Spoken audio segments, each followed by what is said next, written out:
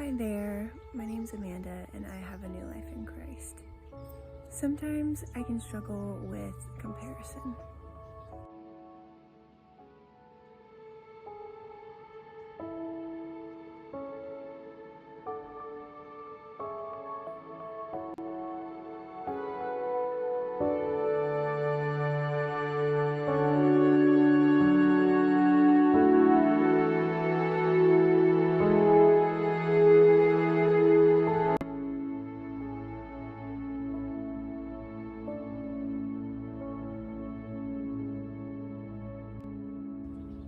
What I mean by that is, thinking other people have life more together than I do, or are better off than I am, or it also plays into coveting, I would say, where it's like I wish my life looked more like theirs, or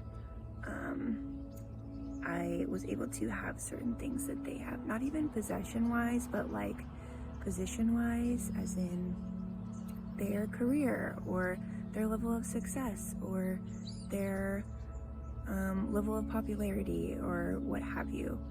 And it can really lead to discontentment as well in my life, and feeling like I am behind or not good enough, kind of feeding into the feeling of failure or not measuring up. So some things that I have been needing to remind myself of lately is that everybody is running their own race, and we can't run the race for anybody else, and they can't run it for us. We just have to continue persevering and enduring in the things that have been put in front of us, because essentially it's our part. And for whatever reason, I think it means that God trusts us to participate in these things that He's put in front of us with Him. When we try and do it without Him, gosh, it's such a mess. But we can lean into our relationship with Him and recognize our need, that things are not going the way we want them to or hope they would, but that He is still with us in the midst of it. Another thing that I've been learning is that there is such a vast uniqueness in the world, and everyone is remarkably different. I just saw the movie Wicked recently. You may have your own opinions about it. That's fine. It is not a movie that is, strictly Christian or even religious at all. Although I do think it paints some interesting pictures of different realms of society. I'll leave it at that. But something that I really loved about the two main characters, whose names are Glinda and Elphaba, is that they each are so uniquely themselves. They have these crazy differences between them, and it leads to some conflict. Still, each of them remains very much uniquely them. They don't really compromise in order to become what other people need them to be. There's some growing that occurs over the course of the story, where they become more empathetic to other people, but still they maintain their own identity and individuality. And I just really love that, because as a recovering people pleaser, that can be something that is difficult.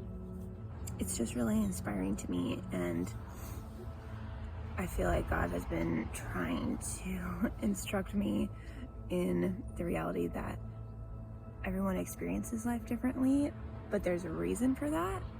It's not once we all arrive at the same place, we'll be good.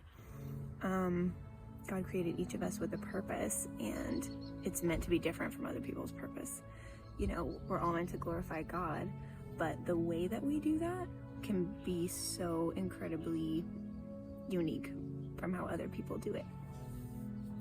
And I read this once and it may sound like a cliche, but I really like it. It's nobody else can be you, and that is your superpower. And it can sound kind of trite, but it's very true.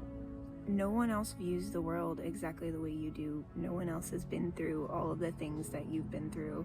No one else thinks about or formulates ideas like you. There's just such an aspect of intentionality between how one person is and how another person is.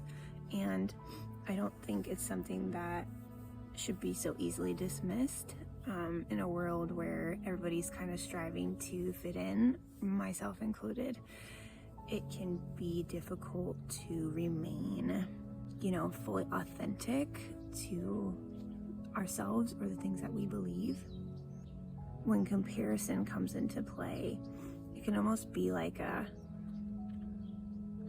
feeling of, and this is like a dangerous mindset, at least in my life or in the way I've seen it play out, it can lead to bitterness, like looking at other people's lives, comparing the things that they like show externally and thinking, oh, their whole life is like that, first of all. But then also that idea seeping into my own brain of like, oh, it must be nice. Like, wow, they get to go on such and such vacation, or they have this kind of a relationship, or what have you, and must be nice for them, feeling like left out, or like I somehow am less than or don't matter as much because I don't have these things going on right now. And that's one, a lie from the enemy, and two, it really detracts from the place that I am in and being able to experience it in a healthy and grounded sort of way. And it keeps me from being able to be present in my own life because I'm busy looking at where other people are.